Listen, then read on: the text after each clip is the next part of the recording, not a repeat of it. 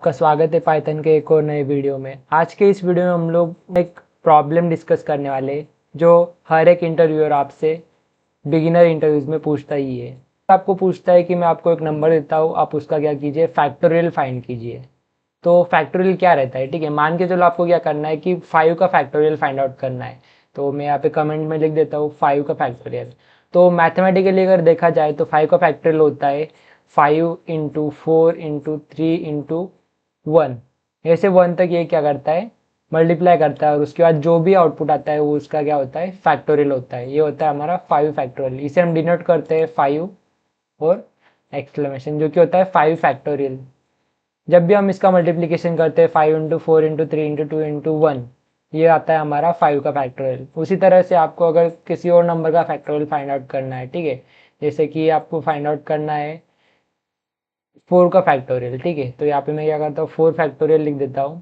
4 factorial is equals to, ये simply क्या रहेगा, 4 इंटू 3 इंटू 2 इंटू 1, ठीक है। ये हो गया हमारा 4 का फैक्टोरियल। उसी हिसाब से अगर हम 3 का फैक्टोरियल लेके तो 3 का फैक्टोरियल आएगा 3 इंटू 2 इंटू 1। 2 का फैक्टोरियल लेके तो आता है 2 इंटू 1। और अभी उसी हिसाब से अगर मैं 1 का फैक्टोरियल फाइंड आउट करूँ तो 1 का फैक्टोरियल आता है 1। क्या मैं इसी 5 फैक्टोरियल को ऐसा लिख सकता हूँ, जैसे कि अभी मैं मान के चलो मैं यहाँ पे लिखता हूँ 5 फैक्टोरियल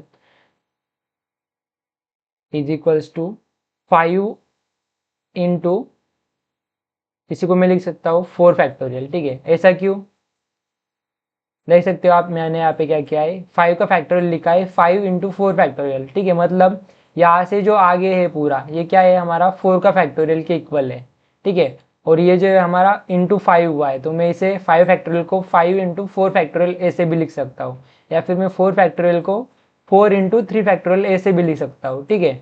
ये आपको लॉजिक काम आएगा, इस लॉजिक को याद रखिए। तो चलिए कोडिंग करते हैं। तो सबसे पहले मुझे क्या करना है, एक फंक्शन बनाना है। मैं क्या करता हूँ, एक फैक्टोरियल नाम से यहाँ पे एक फंक्शन बनाता हूँ, ठीक है। उसके अंदर मैं एक पैरामीटर पास करता हूँ जो कि हमारा रहेगा n, ठीक है। तो यहाँ पे मैं क्या करूँगा, एक बेस केस दे दूंगा, ठीक है। जब भी हमारा n जो है अगर वो इक्वल्स टू 1 है, ठीक है, यहाँ पे मैं लिखता हूँ n इक्वल्स टू 1, तो हमें रिटर्न क्या करना है, जो फैक्टोरियल रहेगा वो फैक्टोरियल क्या रहेगा, 1 रहेगा। ऐसा हम क्या कर रहे हैं, यहाँ पे रिटर्न कर रहे हैं, ठीक है। आपको पता है कि 1 का फैक्टोरियल हमेशा क्या आएगा, 1 ही आएगा। तो इसके लिए मैंने क्या कर दिया, एक बेस्ट केस दे दिए जिसमें कि अगर n हमारा 1 रहा तो उसका फैक्टोरियल क्या आएगा, 1 आएगा, ठीक है।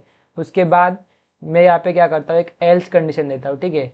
अब ये क्या करेगा, अगर हमारा वैल्यू 1 नहीं है, ठीक है, उस कंडीशन में क्या करेगा, हमें फैक्टोरियल प्रिंट करा के देगा, ठीक है। तो मैंने यहाँ पे कुछ फंक्शन लिखा, यहाँ पे आप देख सकते हो कि ये क्या करेगा, n इंटू, फिर से ये क्या कर रहा है, उसी फंक्शन को कॉल कर रहा है जो कि हमारा फैक्टोरियल फंक्शन है, उसी को ये फंक्शन के अंदर फंक्शन को कॉल कर रहा है।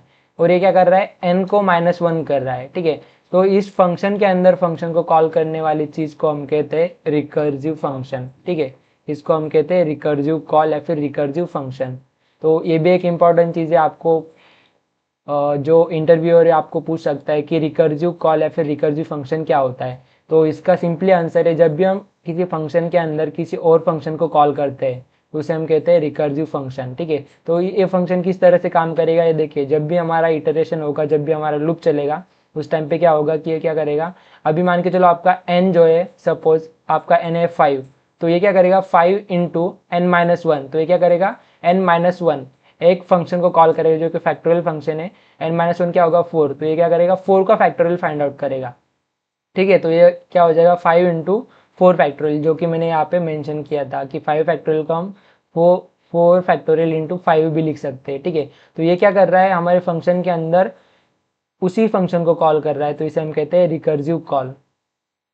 यहाँ तक तो बात क्लियर है। अभी सिंपली मैं क्या करता हूँ, इसी फंक्शन को कॉल करता हूँ और यहाँ पे कुछ आर्गुमेंट पास करता हूँ, ठीक है। जैसे कि अभी मैं यहाँ पे क्या करता हूँ, 5 का फैक्टोरियल मुझे फाइंड आउट करना है, या फिर मान के चलो ये सिंपल ले लेता हूँ मैं, यहाँ पे मुझे 3 का फैक्टोरियल फाइंड आउट करना है, ठीक है। तो अभी अगर मैं इस फंक्शन को रन करूँ तो आप आउटपुट में देख सकते हो कि हमें क्या मिल जाएगा कि जो हमारा 3 का फैक्टोरियल है वो क्या है 6। अभी हम मैन्युअली अगर करना चाहे तो 3 इंटू 2 होता है 6 एंड 6 इंटू 1 होता है 6।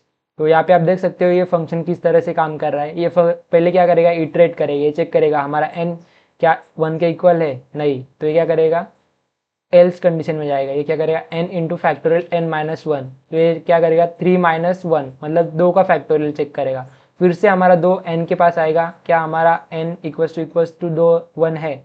नहीं, फिर से क्या करेगा, फिर से उसी फंक्शन में जाएगा, यहाँ पे 2 इंटू n माइनस वन मतलब 2 माइनस वन, यहाँ पे क्या करेगा 1 का फैक्टोरियल, फिर से यहाँ पे क्या करेगा 1 वैल्यू आ जाएगा n इक्वल्स टू 1, क्या हमारा n इक्वल्स टू 1 है? हाँ, हमारा n इक्वल्स टू 1 है, तो ये क्या करेगा रिटर्न करेगा 1, तो 1 इंटू 1 हमारे क्या मिलेगा यहाँ पे फैक्टोरियल मिल जाएगा 1 का, उसके बाद क्या करेगा 2 का फैक्टोरियल, उसके बाद हमें दे देगा हमारा 3 का फैक्टोरियल। तो इस तरीके से हमारा फैक्टोरियल वाला प्रॉब्लम हम सॉल्व करते हैं। इस क्वेश्चन को बार बार इंटरव्यूज में पूछा जाता है और ये सिंपल और इजी क्वेश्चन है, तो इसे बिल्कुल भी मिस मत कीजिए।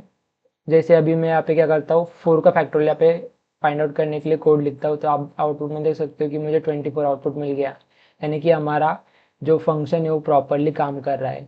अगर आपको ये सिंपल प्रॉब्लम समझ आया हो तो इस प्रॉब्लम को अपने कोडर्स के साथ शेयर करो और इस वीडियो को लाइक शेयर करना ना भूलो। मिलते हैं किसी और नए टॉपिक के साथ, तब तक के लिए हैप्पी कोडिंग, बाय बाय।